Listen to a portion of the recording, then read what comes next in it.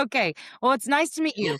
Let me tell you why I was really excited about this conversation because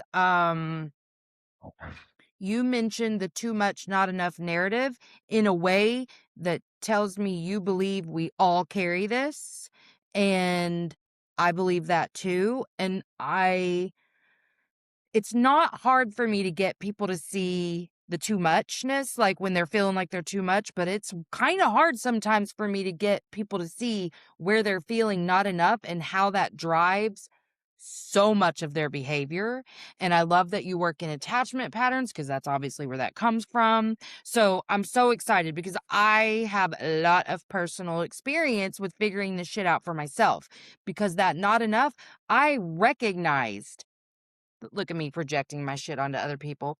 I recognized my own too muchness for sure, but the not enough is so much quieter for me. Like, I had to realize how little trust I had in myself because I'm not enough. So I had to realize, like, girl, you're enough. Like, what? No matter what comes, I would live in this constant state of fear over everything. There wasn't anything I wasn't afraid of because, well, I might die if that happens, you know? So, Yeah. what is your backstory? How did you come to this work? Oh, backstory. So if I take it way back, because I will, I think it's important. In in my household when I grew up, I was the only girl and I was the youngest. I had two older brothers and then my dad. And my dad, it was a very patriarchal household. And so the boys were enough just because they were boys. But very early on, I realized that as a female growing up in that house, I had to prove my worth. Mm, And so I was constantly doing things to try to gain his approval, gain his love. And at one point, I was about maybe 6 years old the first time I witnessed my father hit my mother. mm, And what it did for me was it was over a fight over my oldest brother and him going out. And what happened in that moment was a fracture. And it was where this man who was supposed to be the protector became the abuser, right? He became the one that I also had to fear. So there was this confusion and this internal conflict going on. But then I also had the conflict of why didn't my mother do anything? Why didn't she defend herself? Why didn't she stop it? And so that whole just situation kind of started this turmoil and it really is the earliest memory I can say that I have of just feeling completely disconnected and in that moment completely not enough. I wasn't enough to stop it. I wasn't enough to protect my mom. I wasn't enough to protect me. And so, just losing that power and then also realizing that I had to be tough and strong or I wasn't going to be able to survive, right? And so there was that constant striving to be tougher, to be more, to do more. mm, And so from there, it kind of just projected forward. And as I grew through life, I feel like, with all the work that I've done and through the Heart Math Institute, we find that our emotions actually lead our logical thoughts. And so it's not the other way around, which we typically believe. And so emotionally, when something happens and you get a feeling for it, then you're constantly looking for facts to yes, verify, right? yes. Validation. Yeah. So throughout my life, that's what I consistently did. And I started to build this narrative and this story. And I ended up going into the military when I graduated high school and I was Mm, in the Air Force and I was in during 9/11. And everything that I witnessed, even in the military, was the same thing, like women having to prove and perform and always be on and protect ourselves. Right. mhm, And then that you're never enough no matter what you do. And that kind of just followed me into the corporate sector. And, I got my degree in psychology because I really wanted to better understand my own mind and yeah. how it worked. And, that's kind of all she wrote when I ended up in corporate. So I got out of the military, ended up in corporate, and that was really like the proving, performing, Oh, always yes. on. And then the other thing there was constantly seeking out toxic relationships for the duality, right? Because I could defend myself. So finding those relationships that would allow me to prove that I was strong enough, that I was worthy, that I could defend myself against this person. Mhm. And until I was able to see those patterns, then I was able to interrupt them and break those cycles, right? But there was a lot of deeper work that happened. And in corporate, I really I went through a phase where I really blamed corporate for my burnout, Oh, and I was yeah. like in 8 years of burnout, right? So Yeah. being in corporate for 17 years, being super successful, the last 11, doing working with Fortune 500, Fortune 1000 companies, and really there was this competition too. So the other thing I talk about is too much, not enough, but it's also the lie that women are here to compete with each other. Like we've been so conditioned to believe this versus like if we look at it that when we are all helping each other rise and we are able to reconnect with our radiance, then we actually become a sunrise. And there's room for everyone in a sunrise where a spotlight, that scarcity mindset, only so many people can fit under a Ooh, I spotlight, like right? that. Yeah. And so really that idea that, it's not we're not here to compete. We're here to help each other rise. And the more women that we can help see that, more women that can overcome and awaken from this too much, not enough oscillation, then we really can start to shift the perspective and the evolution of where we're going in the world, right? And so all that to say, I ended up burning myself out. At one point, I'm on a hospital bed. I'm getting an emergency C-section. My Oh, cervix ruptured. I'm bleeding out. And I'm taking I all I could think of was jumping on the phone and calling this client that I had been working so long to secure. And it was the meeting. The board of directors was gonna be on, everyone who was somebody, and I was ready for the close, and it was worth millions of dollars. And I in that moment, I lost 4 pints of blood from my home to the hospital. I don't know if I'm gonna make it, if my baby's gonna make it, and I'm literally thinking about this deal. And the fact, after the fact, you think, there was no one that I could have called to help me. And it wasn't because there wasn't women out there who were amazing or who wouldn't have helped me, or yeah, but I was so conditioned in that, like, we're competing against each other yep. that I couldn't even think to reach out to anyone. So I had that happen. That was a big moment, but it wasn't the aha. I still went back and worked and went, in a corporate and kept working and working. And at one point, my doctor said, she was a woman, and she said, Elizabeth, if you don't make time for your wellness, you'll be forced to make time for your illness. And I was like, "Pfft, you don't know what you're talking You're like, about." Then get yeah, get exactly. take your little Yeah, woo-woo get ass out of out of here. here.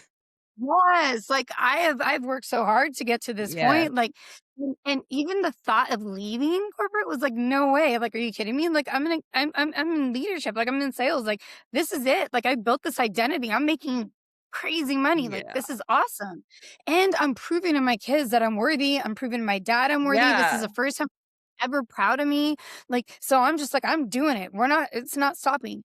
Then my body starts to shut down. At one point, I'm walking through the airport, full pain, my legs give out, have no idea what's going on, and at this point, I'm pregnant with my daughter, Mm. and I'm just like I end up going to the hospital, they check me, everything, and they're like, "We can't find anything." I get on that plane, I go to New York, I close the deal, I come back, I end up having a full system shutdown and my nervous system collapse. And the doctors are like, "We can't find anything wrong with you. It's fibromyalgia." Like they couldn't diagnose it. Then it was like, "Oh, you have Raynaud syndrome," which is where your body thinks you have frostbite and they believe it's stress induced. And so your fingers, I have pictures, like my fingers and toes turn blue, they're purple, like it was really bad. And Holy then shit. I had, anxiety, depression, and all these things, but on the outside to everyone else, I looked like I was doing it. Like I looked fit. I was, I was always dolled up. I was, the epitome of what you were supposed to look like on the Yeah. outside. And then with my clients, I was amazing. But then when I would come home, I was a nightmare. Like I was not pleasant. Yes, I was I not relate pleasant to to that. my husband. Mhm. Yes, and my husband got, he's such a good man, and he was just there and supported me, but I was not pleasant. I wasn't pleasant to the kids. Like I was super short. I was snapping. I wasn't pleasant to myself. And so when all of that was going on, I really had to do some really deep work and kind of look at everything. And then I had my daughter, COVID's going on. After having 3 boys and a girl, my Mm. goddaughter, who was 19 years old at the time, she was working 3 jobs. She was living with us, and she ended up uh, she ended up falling asleep at the wheel, and Mm. she passed away. And, um, you know, in she wasn't the kind of kid to disappear. So when she didn't come home, we start calling everywhere trying to figure out where she is. And we called the cops. And the crazy thing, or just that intuition, I sent her a message and I said, "Brianna, let me know you're alive if you are." Like, she was only gone maybe 3 hours from my knowledge. Why would I send that message to her? And I kept that message for an entire year afterwards until I finally released it and let it go. But, you know, when the cops showed up and didn't leave my house for 3 hours, her mom and I, like, instantly knew something was off. And I I mean, we already knew. And, I when the county morgue was on the phone, the cops walk up and they're like, "We have the county morgue on the phone, and we believe that Brianna was in an accident last night, and we need you to come identify her body." And it was her. And, Brianna had come to me maybe a month or 2 prior and said, "Nina, I'm in a lot of debt, and I'm really distraught about it. I don't know what to do. I'm freaking out." And I'm like, What's a lot of debt?" And mind you, she's 19. She was a COVID graduate. This is her first time getting out and meeting people and shopping and buying outfits and stuff. And she said it's about $5,000. And I said, $5,000 isn't a lot of debt. Like, you're gonna be fine. We'll figure it out. I'll help you figure it out. Like, it's not a big deal. But to her, it was a huge deal. And I downplayed it because what was going on in 'Cause my you're like, life. "Girl, $5,000? Shit, I got that in one savings account. We ain't even worried about Yes, I'm like, $5,000." "Thank you." I'm Yeah. like, "I've spent, like, over $200,000 and, like, all these Yeah. things trying to make myself well and level up and programs." And so, I in that moment, you're thinking like, "Oh, it's not a big deal." And so she got lost to the hustle, and that really hit home for me. I had to decide in that moment. I got to live and she didn't. Mhm. So I had to decide, what am I gonna do with this?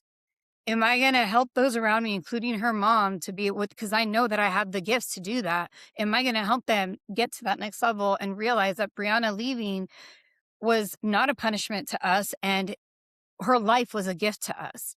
And I had to choose that. And so in that moment, I made that decision. And I, from then on, decided, like, I'm going to carry on her legacy and I'm going to do everything in my power to not allow this to happen to any other woman, because it doesn't matter how old you are. My mom is 74 and she's experiencing this too much not enoughness.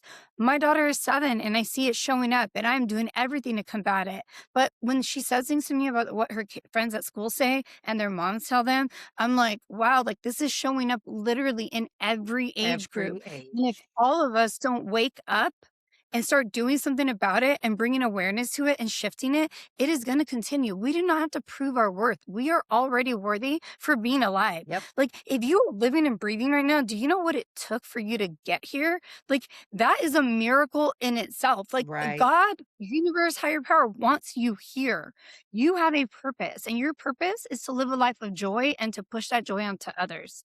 And that is truly what it is. Now, you may have a mission, and the mission may be different. My mission is to help every single woman dissolve the paradox of being too much, not enough. And maybe that's a big mission, but I'll take it on and I will do what I can. And, it's on top of that, dissolving the lie that women are here to compete, and then having women to really be able to step into their authentic expression and realize that we can be full time if we do the work, and that the person that we are meant to be and the person that we are can become one in this lifetime if we're ready for it. We just need the Mhm. tools, the resources, and the right guidance. And so after that happened with Brianna, and then looking at my daughter at about 9 months old and just sitting there and really thinking, I cannot continue to do what I'm doing, because what happened to Brianna is not the end of the story. And if I don't want my daughter also to end up going through a similar situation, she needs to see that mom prioritizes her legacy, which are her children and her life and her happiness and her joy, and making this world a better place over the grind and the hustle. And she needs to see that mom already believes that she's worthy and that mom Mhm. loves herself as she is. And that was a defining moment that I said, enough is enough. We can have it all. Women are told that we can't have it all. We can have it all.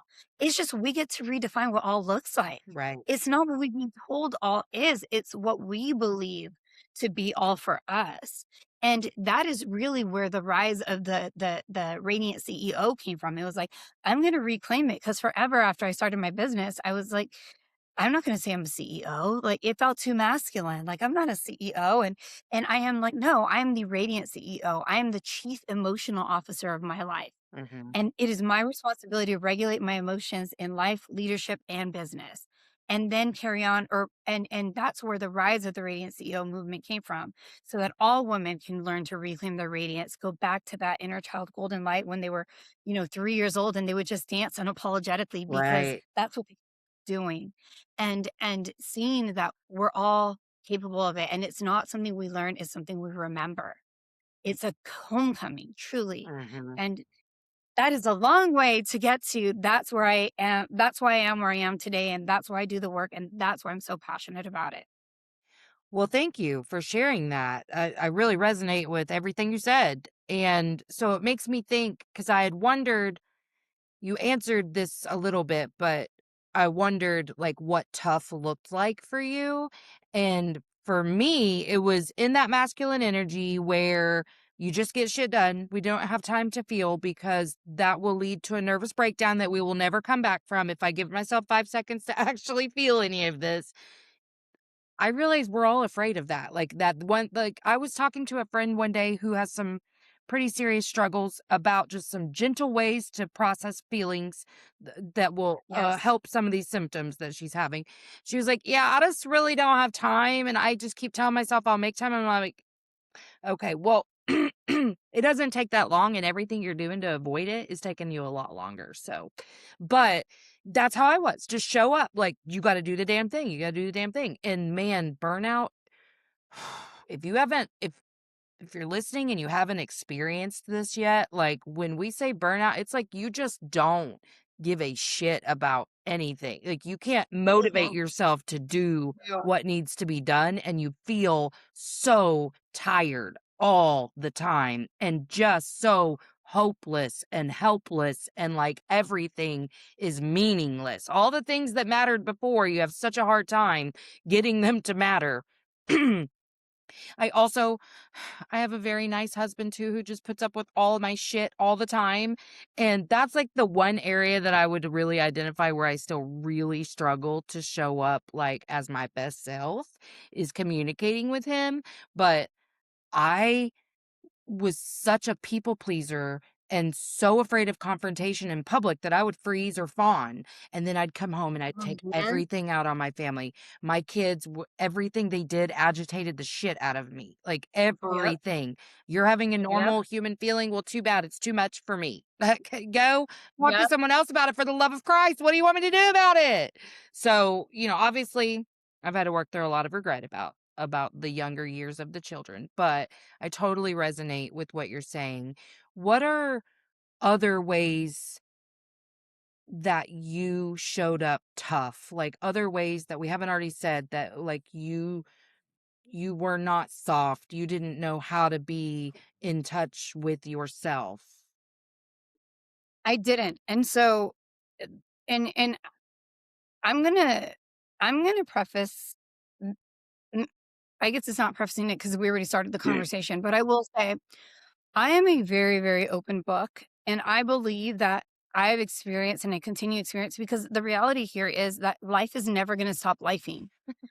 We are going to continue to have things happen, and every single day could possibly have its own struggles. And what I would like for us to do is be able to get to a place where we know how to self-regulate, Mhm. so that when those struggles happen, it's not that the fire goes away, it's that you learn how to walk with grace and joy and peace, even though you're walking right through that damn fire. Like, Yeah, because you're even right. though Life is going to keep lifing. It sure is. it is. Like, when you were talking about your loss, I thought, "Oh, shit," and I know firsthand how grief exposes every single thing that you were already struggling with internally, and, like, if that was your turning point, how heavy things got for a minute, because Yes. it just Oh, yeah. shines a light on every damn thing that you already needed to work on, and you already struggle with feelings of loneliness and isolation and whatever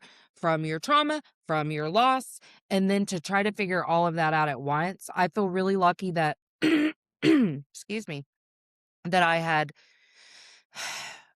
I guess I wouldn't even use the word lucky, but I am grateful to myself to have done all the work that I did to gain all the tools that I had prior to losing my son because that would have taken me out. And now I'm glad that like I'm saying straight up like, yeah, I, I feel a divine purpose on my life. I feel magical. I feel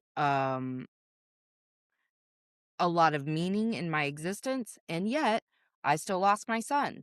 So life is going to keep lifing, but and you're gonna keep being a human too, which means, like, we're Yeah. saying most of the time, we're getting it right now, and we know how to recover, and we know how to repair when we don't get it right, but we still doing plenty wrong, like, Oh, yeah. and I'm only using the Oh, words yeah. right and wrong because I know that in the beginning of any sort of healing, that's a paradox that people really live inside of. That's the one I really Yes. struggled with, but, I mean, life do be lifing. Real good like. It really comes at you Oh, whenever you yeah. really don't want it to. Yeah. So, you know, 2 years after losing Brianna, I lost my dad. And to your point, had I not been doing all the work and the forgiveness work and the self-acceptance work, that probably would have been a whole different direction that I would have went in, but it didn't because of the work that I had done.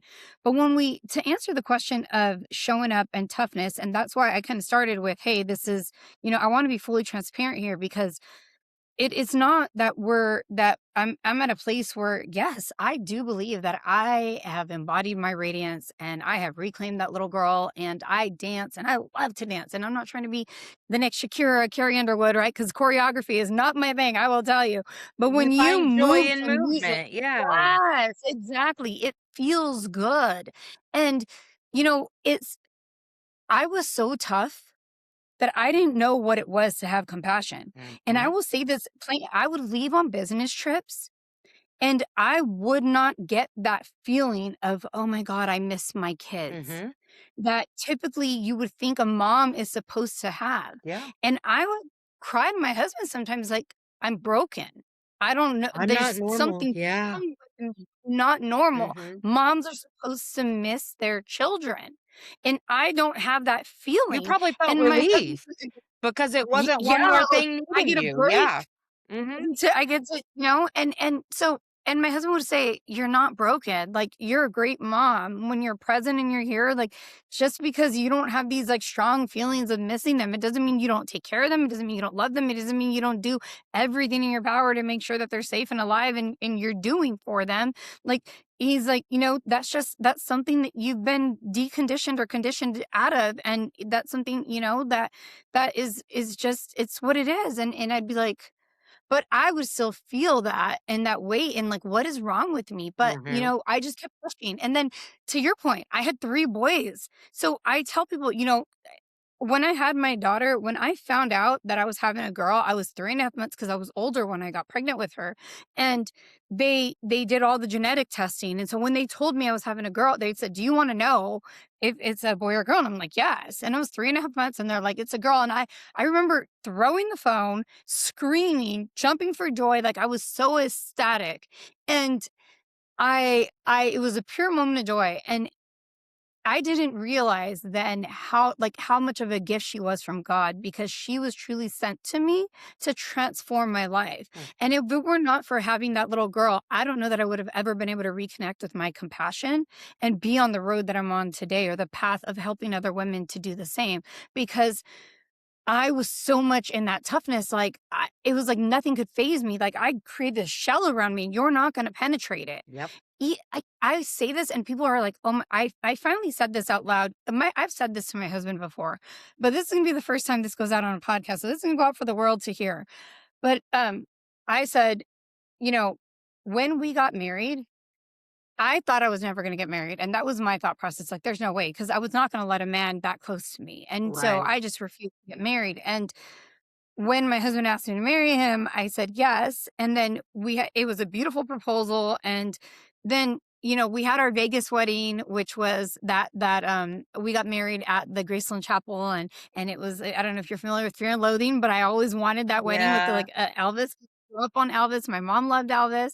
And so, or my mom loves Elvis. And so, I did that, and it was awesome. It was amazing. And it was with our best friends, and we just eloped.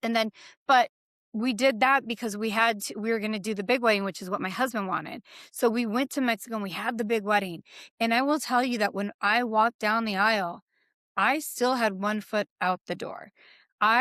In my mind, it wasn't that I wanted to leave him, but in my mind, should I say, it wasn't that I had one foot out the door. I had the door open that I could walk through and leave if I needed to. Yeah. And so in my mind, that was my thought process. It wasn't, this is forever. And I say that not because of anything that he did. Right. It was because that was the only way I would have been able to marry him. Yeah. Or The else it would fear have of been too trust. much pressure. Yeah. Yeah. And so that was another way that that toughness showed up. And so now it's like I can't even imagine my life without this man. And granted, if it ever happened, my joy comes from me, Yeah. so I would be okay. But like he's like we've done an amazing job at co-creating this life together and building this amazing life that I can't even imagine what it would be like if he wasn't in it. Like, Yeah. but in that moment when we got married in 2019, I still had that thought process, and because he knew that, I was transparent with him, and because he knew it and he still accepted it, like, that just made me love him even more. Yeah. And so it's like, everything to your point, when I started to dissolve a lot of these things, I like, it's not an easy cakewalk, women, ladies, everyone listening out there, and that's what I want you to understand. I would literally come home from dropping the kids off at school and sit on my couch, and this is after we moved to my dream house from California to Arizona, and 360 mountain views. We're on an acre and a half. There's wildlife. There's all these beautiful saguaro cactus and trees and vegetation, and the sun rises on the east and sets on the west, and all these great things. You would think like I should have been super ecstatic. I would come home, sit on the couch and cry and cry and cry. And it was this trying to process and understand what I was going through. And Mhm. for me, it started with having to get off of all the antidepressants that the doctors put me on. And I'm not saying that anyone out there should go and do that. I am not a medical doctor. That is not my recommendation. I'm saying for me, it didn't work, and I didn't want it, and I didn't like it, and I didn't want to do it anymore. And I decided to get off all the meds. And I will say that I am completely medication free right now, in spite of all the things that they've diagnosed me with, and I am thriving. And so, from that perspective, holistically, I have learned the supplementation, I have learned the meditation practices, I've learned the breathwork practices, and that's why I went on this whole journey. That is why I got certified through the Heart Math Institute. That's why I learned heart mind coherence. That's why I learned heart-centered breathing, emotional replacement. I learned, different movements to regulate the nervous system. I went down the whole path of learning all about the nervous system and how it works and how we store information and how trauma is stored in the body and how we can move that through and all of these different things, because the reality is, yes, it's freaking scary when we Mhm. have shit that we know is there and we have to work through it. But guess what? If you just do it a little bit at a time, sometimes that freaking can of worms is going to get opened and you're going to have to go all the way and you're going to have to figure it out. But that's why having a support system, that's why working with other women, that's why finding coaches, that's why finding someone that can support you, that is aligned with you, that resonates with you Mhm. in your journey is so important, because it's not meant to be done alone and you don't Right. have to do it. And you're not the only one out there going through it, I promise you. Like, we are all Right. experiencing shit. Like, again, my dad died and my brother got shot 8 times in a robbery, and I was the one that made all the decisions that kept him alive. So imagine that weight on you. Like, any decision that you make could potentially be the wrong one, and you could potentially get blamed, but it was like, I'm gonna take this on because I was the most regulated person to do that. And so the practices that I've learned and all of the work, and even with sound frequencies, and I would say like the last biggest hurdle that showed up for me was the ADHD and the being neurodivergent. They had me on 40 milligrams of Vyvanse and 30 milligrams of Adderall, which is literally the highest legal dose that you can give to somebody at Damn. my staff daily. and I still wasn't getting shit done. Well, guess what? Because you When you wasn't do the work and you realize, yeah, you were yeah, dysregulated. I was completely dysregulated. Yep. And my son, I ended up my 14-year-old, I flipped out on him on my son's birthday, my 8-year-old's birthday. That was on June 22nd. And that was the final draw for me for the ADD meds. I said, I have to figure this out. I figured out everything else. I'm going to figure this out because I cannot show up for my family like this. Like, I am being a douchebag. Because you were Like, in I that don't, constant state of yeah, hyperarousal from the yes, stimulants. Yes. yes, I had an yes, experience like that on phentermine. I literally was just taking it for the energy. I mean, of course I lost weight, but I really didn't give a shit about that. But I took it for the energy because I was dysregulated, so my sleep was off and whatever, and I just loved that I could wake up and be ready to go. And damn, yeah, dude, I was a fucking psycho. I was such a yes. psycho. I finally had to be like, you could be a little more tired. Like, you're gonna have to be tired because this isn't working. You are fucking losing your shit at all times. Yeah, yeah.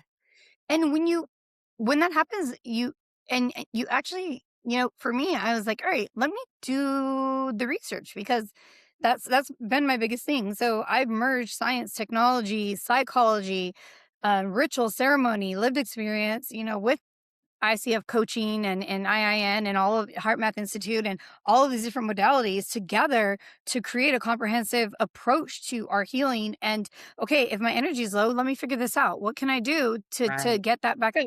How can I use sound frequencies to help me shift? I ended up getting a brain scan done and ended up finding out that my brain was almost stuck in a constant state of theta. And what does that mean? We have these different states: gamma, theta, beta, alpha, and we transition through the different states depending on what we need from that current moment in our lives or in the day. And so when you're sleeping or when you're dreaming or when you're in meditation or when you need to get shit done. And so what they call it is the medicine man brain, so medicine woman brain for us, right? And when I found that out, I'm like, well, that's fantastic if I lived in the freaking Amazon rainforest Yeah, if and I I was was going to able to sit around in a halfway state of psychosis at all times, that would be wonderful. I could be one with yes. nature and shit, but that's not gonna work here. No, but it did explain a lot to why when I would go out in nature by myself, I was in total bliss and Yes. why I didn't like have that feeling of missing the kids and why and why I couldn't get shit done and why. And so it 'Cause was you're like, just holy, always, like, zen. You're out here like, "Yeah, fuck yeah, okay." this is amazing. Like I'm connecting to higher states of consciousness. I can Exactly. see the ancestors. Like Yeah, which again, not inherently bad. It's but it's not great if you're needing to connect with others that are, like, no, real you're and a in mama reality. and you got Yeah. kids, that responsibility, and those kids need to get to school. For the entire last 3 years, like, my kids were late to school probably almost every other day. I would sit there and freaking cry because I couldn't get them to school on time. What the Mhm. fuck with me? Like, that is Yes. hell. And once I realized that it was the neurodivergence and I started doing all the research and stuff, I was like, "Holy shit," like, I need to develop like time awareness and I need to realize like what that is and it's not about being on a rigid schedule. Nope. It's about, you know what, when you're neurodivergent, your brain doesn't work on this linear schedule, and most women don't work on a linear schedule anyways. Right. We're cyclical, so understanding that first and foremost, but second of all, it's like, okay, understanding that there's procrastination and people disagree with me and that's fine, but this is what I believe. There's procrastination and then there is procrastination is when you choose not to do something. You choose to put it off for something else. When you have like task paralysis or you literally get like you not literally, but you feel that your nervous system freezes when you go to do something, that means that there's not safety and coherence in your body. And unless you can regulate, you're not going to be able to get yourself to perform that task. Right. Time awareness is being able to get like to the understanding that okay, I have this thing that I need to do and it's at 5 o'clock and I have to be at this appointment now.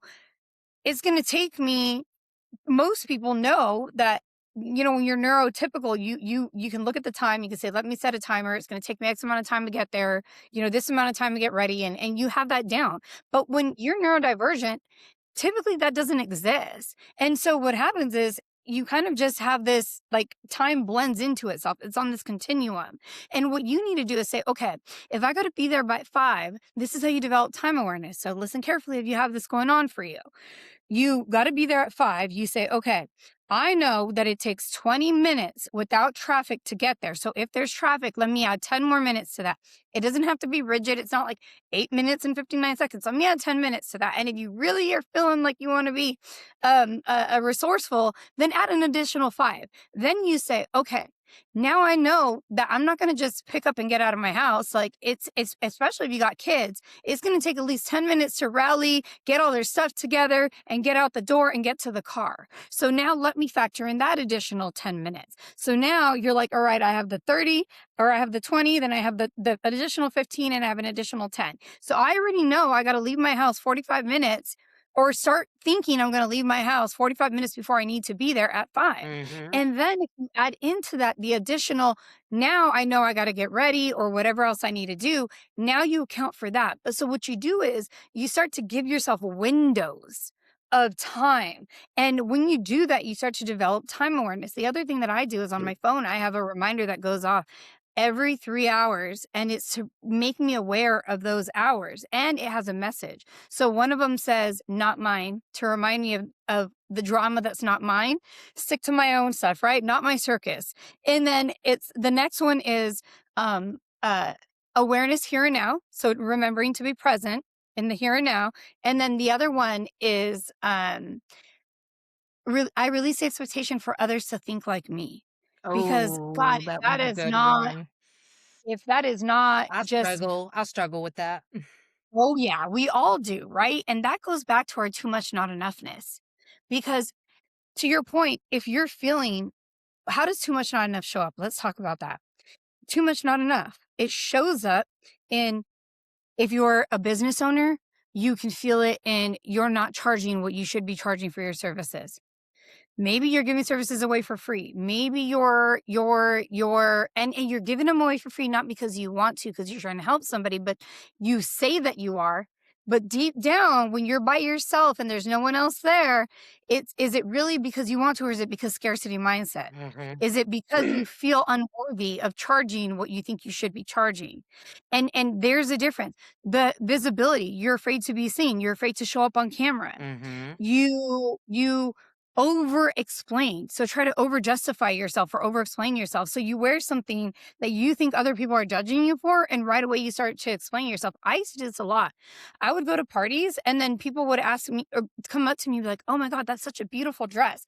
And I'd be like, oh, I'm actually wearing it because my husband really liked it and he told me to wear it. And I know it's a little sexy, but my husband really, and it's like all I had to say was, thank you. I Yeah. love it. Like, that's it. Like, but you start to over explain because you're trying to validate before or justify. And Mhm. so it shows up like that. How does it show up as a mom? God, it shows up as feeling like because you're not making their lunch and getting them to school on time Mhm. and making sure you're packing all their stuff the day before, and you don't have the perfect dinner ready when they get home, or and the dishes washed and all the laundry done and all these different things, like, and then showing up for the school parties, as a volunteer, and but you work or you have a business, and so it's this constant feeling of no matter what you do, you're not meeting the mark because the mark is always rising. Yep. And so it's like you're constantly moving that mark so that you can't get to it. And what we want to do is we want to learn how to trust ourselves again, and we want to learn how to come home to ourselves, and that's how we just start to dissolve the paradox. And one of the ways that we can do that, and here's another one that's super super important, is with tiny tiny sustainable, like, actions, things that you can do, that you can make as commitments to yourself, that will allow you to show up for you in a real way. Mhm. So, example, if you've been wanting to go out and walk, but you just feel like I haven't found the time, set a timer for 3 minutes. At any point. It doesn't matter if you just parked your car and you got somewhere early, or if you just dropped the kids off at school and now you have a few minutes, or if it's first thing in the morning, or you just got home from work, whatever it may be, wherever you find that 3 minutes, you set that timer for 3 minutes and you walk. And when those 3 minutes are up, you applaud yourself. You say, thank you. Great job. That is amazing that you did that. You kept that commitment to yourself, and you turn around and you come back. And if you're feeling like you want to just be generous, then you walk a little longer.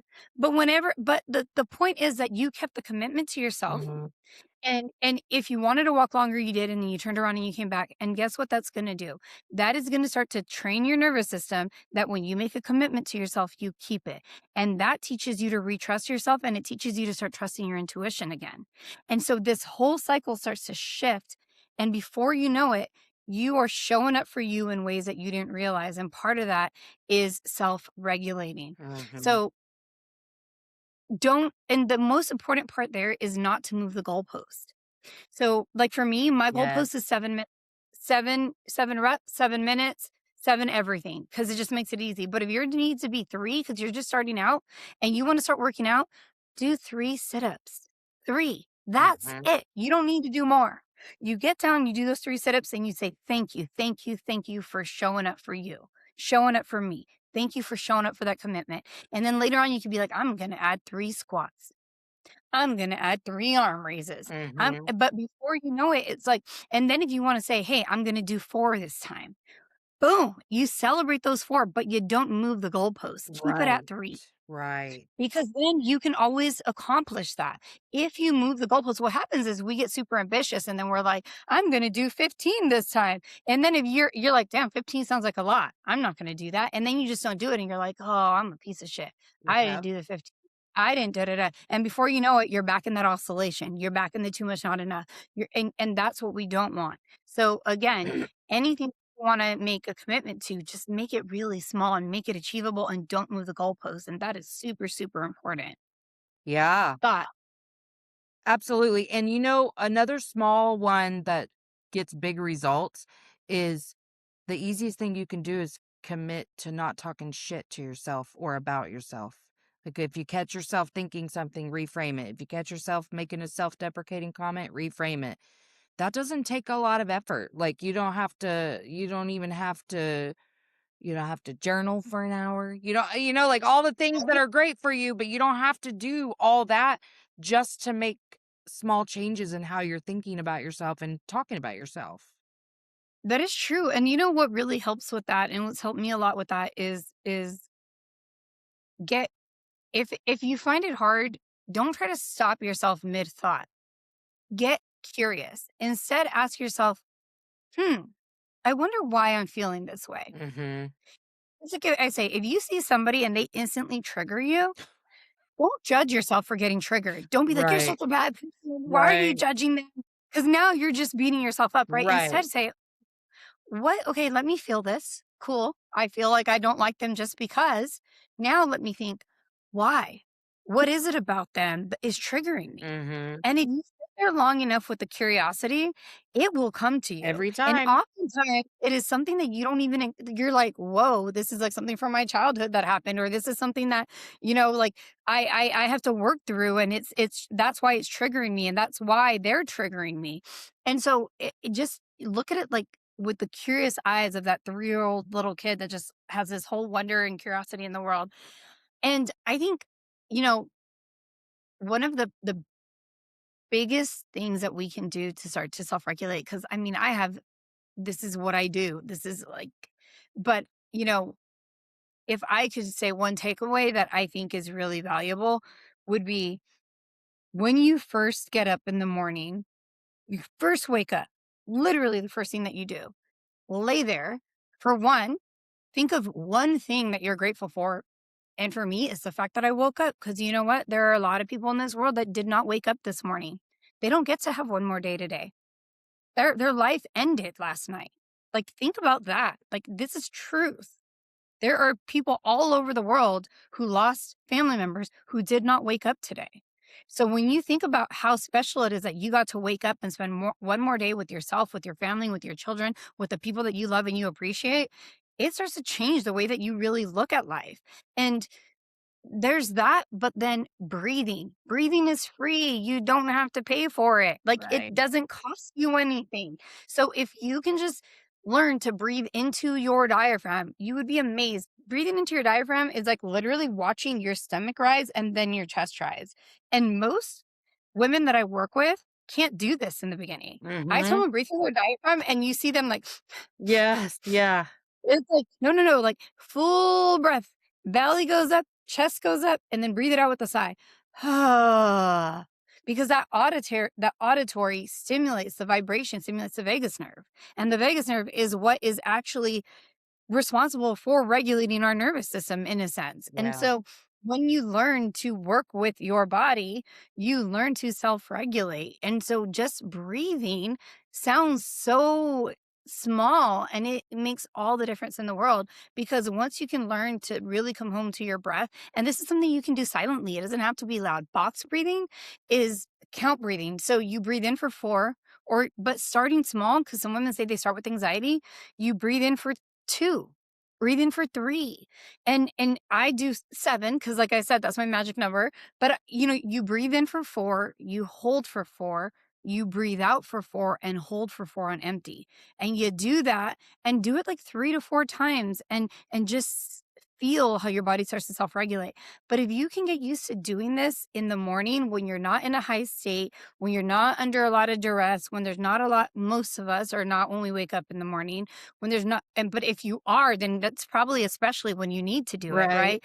And so then you can practice doing it before you go into a situation that maybe is a family high stress situation and you know it's going to be difficult. Breathe first. Work on that breath. Work on the regulation and then you go from there it's really really important to learn that and I would say that the one final one that if I wanted to give here would be heart focused breathing. This is where you envision that you're breathing and every breath you take is coming in and out of your heart. And what that does is that creates resonance because your mind has to visualize. So you're making something that is unconscious conscious and you are making that connection. And so now you're connecting your heart and your mind together.